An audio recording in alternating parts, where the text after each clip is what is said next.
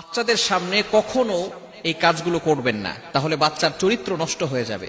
কিছু মায়েরা আছেন, তারা বাচ্চাদেরকে লালন পালন করেন, তাদের সামনে এমন কিছু কাজ করে ফেলেন যার কারণে বাচ্চার চরিত্র নষ্ট হয়ে যায়। খবরদার, এটা কখনো করা যাবে না।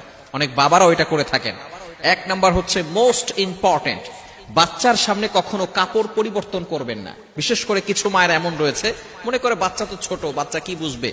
2 বছরের পরে বাচ্চাদের সামনে কাপড় খোলামেলা করবেন না। কেননা 2 বছরের পরে ক্ষুদ্র ক্ষুদ্র ছোট বিষয়গুলো বাচ্চার মনে থাকে, বড় হওয়ার পরেও মনে থাকে। এজন্যই আমাদেরকে সবসময় সতর্ক থাকতে হবে যাতে করে বাচ্চার সামনে এই ধরনের কোনো কাজ আমরা না করি। বাচ্চার সামনে অনেক সময় ঝগড়া করে পিতামাতারা, এরকম মা বাবা আছে না নাই? খবরদার, এগুলোর মাধ্যমে বাচ্চারা শিখবে। খবরদার, বাচ্চার সামনে কখনো আপনার ওয়াইফকে শাসাবেন না। আপনি মনে করছেন এটা আপনার স্ত্রী, সে কিন্তু একজনের মা, আপনার সন্তানের মা। এজন্য অবশ্যই তাকে সম্মান করতে হবে, রেসপেক্ট করতে হবে। অনেক পুরুষ এটা বুঝেই না। এজন্য বাচ্চার সামনে কখনো মা বাবা ঝগড়া করতে যাবেন না। দ্বিতীয় নাম্বার হচ্ছে, বাচ্চার সামনে কখনো অন্যের সমালোচনা করবেন না, অন্যের গীবত করবেন না।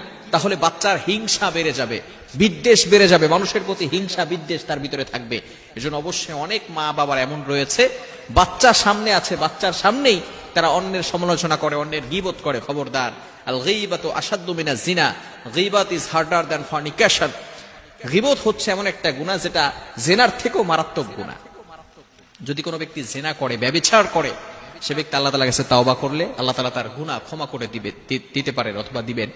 কিন্তু কোনো ব্যক্তি যদি গীবত করে, যার গীবত করা হয়েছে, সে যতক্ষণ পর্যন্ত ক্ষমা না করবে আল্লাহ তাআলাও তাকে কখনো ক্ষমা করবে না। এজন্য খবরদার, বাচ্চার সামনে কখনো অন্যের সমালোচনা করবেন না। নাম্বার 3, তৃতীয় নাম্বার হচ্ছে, বাচ্চার সামনে কখনো ছোট ছোট আমরা প্রতিশ্রুতি দিয়ে থাকি, মিথ্যা প্রতিশ্রুতি কখনো দিবেন না।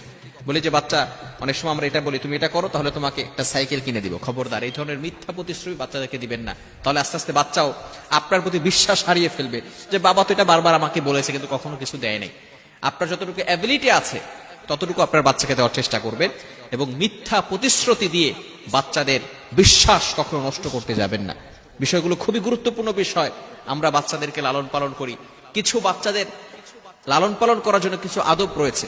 মনে রাখবেন, শুধু সন্তানের পিতামাতার প্রতি দায়িত্ব বিষয়টা এমন নয়, বাবা মারও কিছু দায়িত্ব রয়েছে সন্তানদের প্রতি, যাতে করে এই সন্তান আস্তে আস্তে বড় হওয়ার পরেই সে ইসলামের পথে চলে আসে, সঠিক পথ সে চলতে পারে এবং সে আদর্শ শিক্ষা পায়।